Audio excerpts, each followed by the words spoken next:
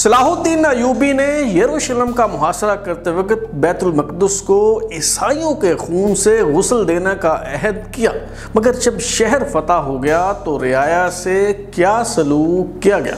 مسلمان 88 سال بعد 1187 عیسوی میں صلیبی جنگجوؤں کو شکست دے کر بیت المقدس فتح کرنے میں کامیاب ہوئے تو یروشلم میں موجود یہودیت و عیسائیت کے مذہبی مقامات کے ساتھ کیا سلوک کیا گیا؟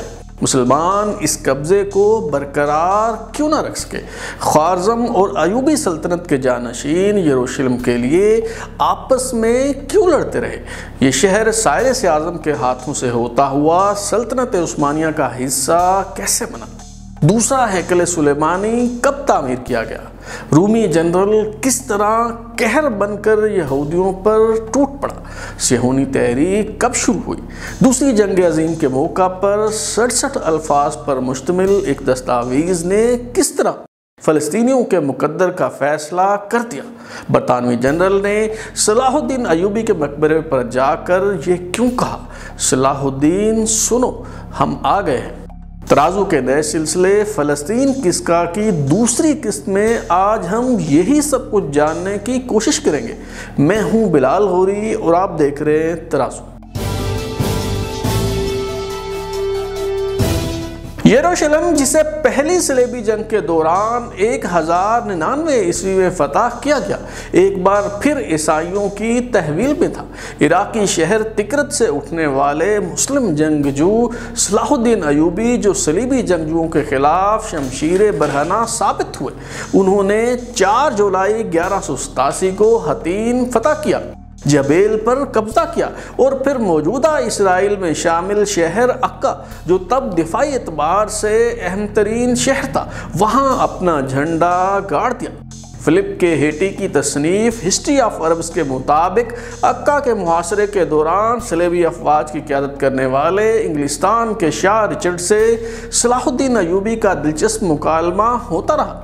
رچرڈ نے صلاح الدین ایوبی کو پیشکش کی کہ تمہارا بھائی ملک العادل میری بہن سے شادی کر لے اور ان دونوں کو یروشلم شہر شادی کے تحفے کے طور پر دے دیا جائے تاکہ مسلمانوں اور عیسائیوں کے درمیان کشیدگی ہمیشہ کے لیے ختم ہو جائے۔ صلاح الدین ایوبی نے یہ رومانوی پیشکش قبول نہ کی اور اب اس کی اگلی منزل یروشلم تھا۔ صلاح الدین ایوبی نے پیش قدمی کرتے ہوئے 20 ستمبر 1187 عیسوی کو یروشلم کا محاصرہ کر لیا۔ جان مین صلاح الدین ایوبی سے متعلق لکھی گئی کتاب میں صفحہ نمبر 241 پر بیان کرتے ہیں کہ فرانس سے تعلق رکھنے والے بالیان آف ایبلن، جن کا تعلق صلیبی جنگجوؤں کے نہایت اہم گھرانے سے تھا، وہ حطین سے ریمنڈ کے ساتھ فرار ہو گئے تھے اور اب ٹائر میں تھے۔ اس کی بیوی ماریا یروشلم میں پھنسی ہوئی تھی۔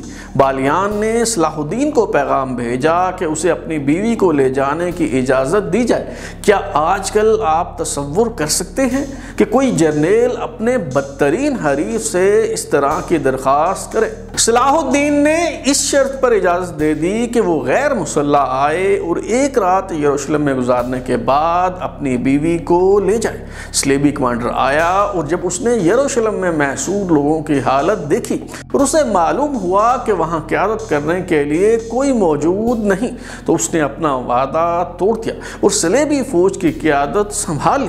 اس شہر میں محصور افراد کی پوزیشن بہت کمزور تھی، جنگجو بہت کم تھے، خواتین اور بچوں کی تعداد بہت زیادہ تھی۔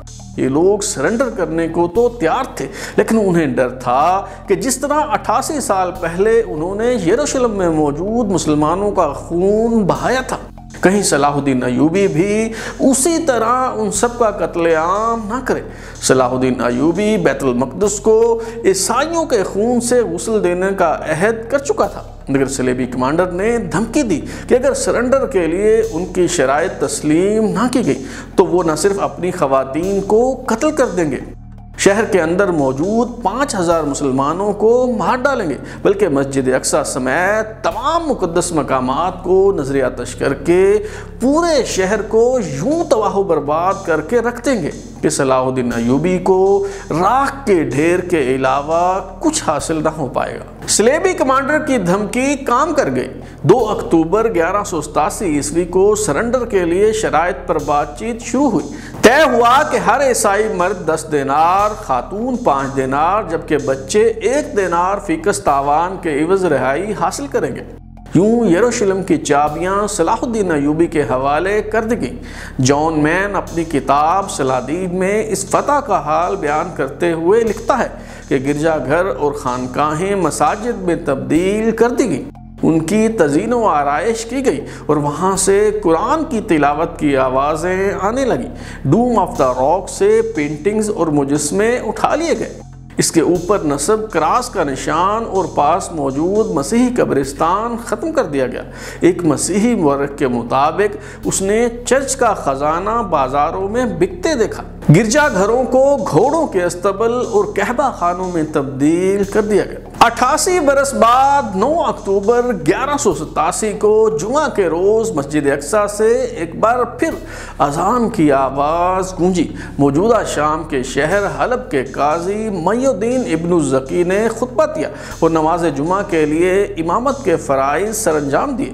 یروشلم کے وہ 16,000 شہری جو تاوان ادا نہ کر سکے، انہیں قیدی بنا لیا گیا۔ اب اس حوالے سے بحث شروع ہوئی کہ عیسائیوں کے مقدس ترین مقام کنیسہ القیامہ یعنی دا چرچ آف ہولی سیپلکر کا کیا کیا جائے۔ اسے توڑنا بھی بعید از قیاس تھا، اور اگر چھوڑ دیا جاتا تو عیسائی زائرین کی آمد کا سلسلہ چلتا رہتا۔ آخرکار خرد مندی اور معقولیت غالب آ گئی اور عیسائیوں کے مقدس مقام کو کچھ نہ کہا گیا۔ البتہ کئی چرچ کو مدارس اور فلاحی اداروں میں تبدیل کر دیا گیا۔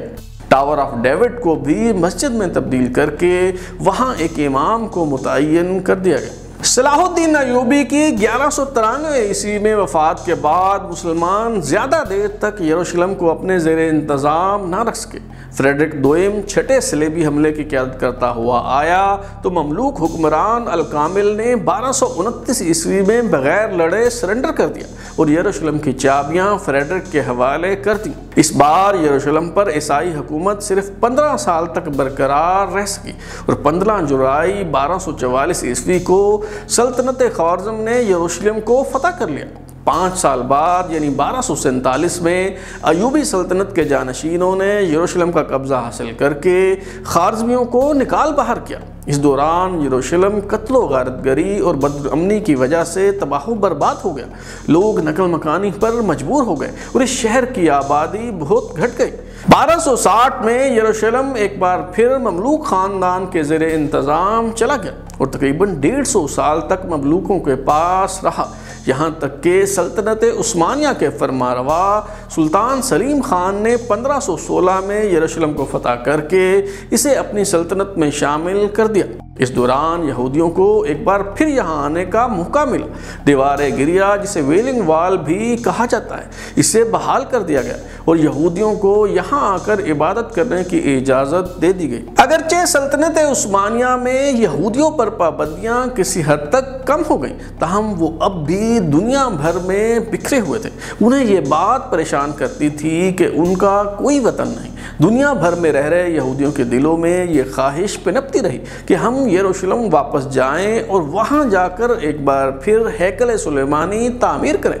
12ویں صدی کے مشہور یہودی فلسفی موسیٰ بن میمون کی کتاب دا کوڈ آف جیوش میں واضح طور پر لکھا ہے کہ ہر یہودی نسل کا یہ فرض ہے کہ وہ ٹیمپل ماؤنٹ یعنی بیت المقدس میں ہیکل سلیمانی کو از سر نو تعمیر کرے۔ ہٹلر نے جرمنی میں یہودیوں پر زندگی کی راہیں مسدود کر دیں تو یہودی دانشور سنجیدگی سے یہ سوچنے لگے کہ انہیں اپنے وطن کے لیے جدوجہد کرنی چاہیے۔ یہودی رہنما تھیوڈور ہرتزل نے 1897 میں صہیونی تحریک کی بنیاد رکھی، جس کا مقصد یہودیوں کے لیے الگ وطن کا حصول تھا۔ مولانا مودودی کی تقریر پر مبنی کتابچے سانحہ اقصی کے مطابق 1901 میں ہرتزل نے سلطان عبد الحمید خان کو باقاعدہ یہ پیغام بھجوایا کہ یہودی ترکی کے تمام قرضے ادا کرنے کو تیار ہیں، آپ فلسطین کو یہودیوں کا قومی وطن بنانے کی اجازت دے دیں۔ مگر سلطان عبد الحمید خان نے اس پیغام پر تھوک دیا اور صاف کہہ دیا کہ جب تک میں زندہ ہوں اور جب تک ترک سلطنت موجود ہے اس وقت تک اس بات کا کوئی امکان نہیں ہے کہ فلسطین یہودیوں کے حوالے کیا جائے۔ تمہاری ساری دولت پر میں تھوکتا ہوں۔ انکار کے بعد سلطان عبد الحمید خان کے خلاف اپنوں کے ذریعے سازشیں شروع کروا دی گئیں۔ ینگ ٹرکس کے نام سے ایک تحریک اٹھی، فوج نے سلطان کے خلاف بغاوت کر دی اور 27 اپریل 1909 کو سلطان عبد الحمید خان کو معزول کر کے ان کے بھائی راشد افندی کو سلطان محمد چہارم کا خطاب دے کر تخت نشین کروا دیا گیا۔ قابل غور بات یہ ہے کہ وہ یہودی شہری حاخام کرہ سو افندی جو سلطان کے پاس ہرتزل کی پیشکش لے کر آیا تھا، وہ ان 3 افراد میں شامل تھا جو سلطان عبد الحمید خان کے پاس ان کی معزولی کے احکامات لے کر آئے۔ سلطان عبد الحمید خان نے باقی ماندہ زندگی قید میں گزاری۔ اس دوران 28 جولائی 1914 کو پہلی جنگ عظیم چھڑ گئی۔ عرب اور ترک قوم پرستی عروج پر تھی، چنانچہ شریف مکہ حسین ابن علی الہاشمی ترک سلطنت عثمانیہ کے مد مقابل برطانیہ کے حلیف بن گئے۔ صہیونی رہنما ڈاکٹر وائز مین آگے بڑھے، انہوں نے برطانیہ کو وفاداری کا یقین دلایا اور انہوں نے پیشکش کی کہ اگر یروشلم سمیت فلسطین کو ہمارے حوالے کرنے کا وعدہ کیا جائے تو اس جنگ میں یہودیوں کی تمام تر دولت، تمام تر دماغی صلاحیتیں برطانیہ کے لیے وقف کر دی جائیں گی۔ 1917 میں لارڈ بالفور نے برطانوی کیبنٹ کی نمائندگی کرتے ہوئے معاہدہ بالفور کے نام سے ایک معاہدے پر دستخط کی۔ محض 67 الفاظ پر مشتمل اس دستاویز نے فلسطین کی تقدیر کا فیصلہ کر دیا۔ اس معاہدے کی روح سے برطانوی حکومت نے یہودیوں سے وعدہ کیا کہ پہلی عالمی جنگ ختم ہونے کے بعد یروشلم سمیت فلسطینی علاقوں میں یہودیوں کا قومی وطن قائم کیا جائے گا۔ معاہدہ بالفور یہودیوں کی بہت بڑی کامیابی تھی۔ یہی وجہ ہے کہ تل ابیب کے سرکاری عجائب گھر میں آج بھی نہ صرف بالفور ڈیکلریشن کی کاپی نصب ہے بلکہ لارڈ بالفور کی کئی اشیاء محفوظ کی گئی ہیں، جن میں وہ ڈیسک بھی شامل ہے جس پر بیٹھ کر لارڈ بالفور نے اس دستاویز پر دستخط کیے۔ بتایا جاتا ہے کہ برطانوی حکومت نے اس موقع پر عیاری سے کام لیا۔ ایک طرف شریف مکہ حسین ابن علی ہاشمی کو یہ یقین دہانی کروائی گئی کہ جنگ میں کامیابی کے بعد یروشلم سمیت فلسطینی علاقوں کو ان کے سپرد کر دیا جائے گا۔ دوسری طرف یہودیوں سے یہ وعدہ کر لیا گیا کہ انہیں یروشلم میں لا بسایا جائے گا۔ معاہدہ بالفور کے خلاف شدید احتجاج ہوا مگر برطانوی حکومت نے پیچھے ہٹنے سے انکار کر دیا۔ لارڈ بالفور نے یہودیوں کے ساتھ کیے وعدے کا دفاع کرتے ہوئے جو تعویل پیش کی وہ بھی قابل غور ہے۔ لارڈ بالفور نے اپنی ڈائری میں لکھا، ہمیں فلسطین سے متعلق کوئی فیصلہ کرتے ہوئے وہاں کے موجودہ باشندوں سے کچھ پوچھنے کی ضرورت نہیں۔ صہیونیت ہمارے لیے ان 7 لاکھ عربوں کی خواہشات اور تعصبات سے زیادہ اہمیت رکھتی ہے جو اس قدیم سرزمین میں اس وقت آباد ہے۔ پہلی جنگ عظیم اپنے اختتام کی جانب بڑھ رہی تھی۔ 11 دسمبر 1917 کو برطانوی فوج سلطنت عثمانیہ کو شکست دینے کے بعد باب الخیل کے راستے یروشلم میں داخل ہوئی تو برطانوی جنرل سر ایڈمنڈ ایلن احترام کے پیش نظر گھوڑے سے نیچے اتر آئے اور پیدل چلتے ہوئے شہر میں داخل ہوئے۔ امریکی اخبارات نے سرخی جمائی، برطانیہ نے 673 سال بعد یروشلم کو مسلمانوں سے نجات دلا دی۔ برطانوی وزیر اعظم ڈیوڈ لوئڈ جارج نے کہا، دنیا کے مشہور ترین شہر پر قبضے کے بعد مسیحی دنیا نے مقدس مقامات کو دوبارہ حاصل کر لیا ہے۔ جلد ہی برطانیہ نے دمشق بھی فتح کر لیا۔ جی ایچ جیمز اپنی کتاب ملیٹنٹ اسلام کے صفحہ نمبر 26 پر لکھتا ہے کہ دمشق فتح کرنے کے بعد جنرل گوراٹ سب سے پہلے عمومی مسجد کے پاس موجود مشہور زمانہ صلاح الدین ایوبی کے مقبرے پر گیا۔ اس نے صلاح الدین ایوبی کے مقبرے پر دستک دیتے ہوئے کہا، صلاح الدین سنو، ہم واپس آ گئے ہیں۔ پہلی عالمی جنگ ختم ہوئی تو 1922 میں لیگ آف نیشنز نے فلسطین کا مسئلہ حل کرنے کے لیے برطانیہ کو ثالث مقرر کر دیا، حالانکہ برطانوی حکومت تو پہلے ہی فیصلہ کر چکی تھی۔ جب مجلس اقوام یعنی لیگ آف نیشنز نے یہ معاملہ برطانیہ کے سپرد کیا، تب فلسطین میں جو رائے شماری کروائی گئی اس کے مطابق وہاں 6 لاکھ مسلمان عرب، 60,000 غیر مسلم عرب، جبکہ 82,000 یہودی آباد تھے۔ لیکن باقاعدہ مہم چلا کر یہودیوں کو وہاں آباد کرنے کا سلسلہ شروع ہوا۔ 1947 میں جب لیگ آف نیشنز کی جگہ اقوام متحدہ نے لے لی تو برطانوی حکومت نے یہ معاملہ UNO میں پیش کر دیا، کیونکہ تب تک یہودیوں کی اچھی خاصی تعداد کو وہاں بسایا جا چکا تھا۔ نومبر 1947 میں فلسطین سے متعلق قرارداد پر اقوام متحدہ میں رائے شماری ہوئی تو کم ترین اکثریت یعنی 33 ووٹوں کے ساتھ فلسطین کو یہودیوں اور عربوں کے درمیان تقسیم کرنے کا فیصلہ کر لیا گیا۔ 13 ووٹ اس قرارداد کے خلاف آئے۔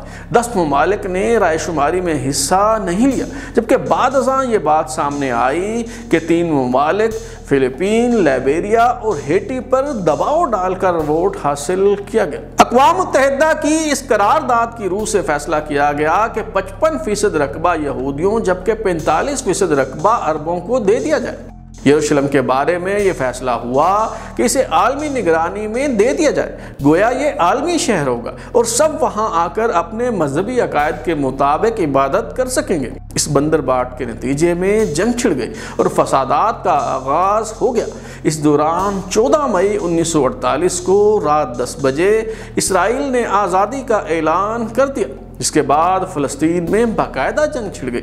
جون 1948 میں اقوام متحدہ کے ذریعے جنگ بندی ہوئی تو اسرائیل 7,993 مربع میل پر قابض ہو چکا تھا۔ 1948 میں کروائی گئی جنگ بندی کے بعد یروشلم اور مغربی کنارے کو اردن کے سپرد کر دیا گیا۔ اردن کے شاہ عبداللہ اول جب 20 جولائی 1951 کو یروشلم میں جمعہ کی نماز پڑھنے آئے تو انہیں مسجد اقصی کے باہر ایک فلسطینی نے اس لیے گولی مار کر قتل کر دیا کہ وہ اسرائیل کے ساتھ امن کے لیے معاہدہ کرنے جا رہے تھے۔ اسرائیل نے 1967 کی جنگ میں کس طرح مغربی کنارے، یروشلم اور گولان کی پہاڑیوں پر قبضہ کر لیا؟ پہلی، دوسری اور تیسری انتفاضہ تحریک کب اور کیسے شروع ہوئی؟ مسئلہ فلسطین کیسے حل کیا جا سکتا ہے؟ اس حوالے سے بات ہوگی آئندہ ایک ساتھ میں۔ فلسطین کی تاریخ بیان کرنے کا یہ سلسلہ جاری ہے۔ اگر آپ اپنی رائے دینا چاہتے ہیں یا پھر کوئی تجویز تو ہمارا واٹس ایپ نمبر 033284100537 دستیاب ہے۔ اپنا فیڈ بیک دیں، لائک کریں، سبسکرائب کرنے کے بعد بیل آئکن یعنی گھنٹی دبائیں اور دیکھتے رہیں ہمارا چینل ترازو۔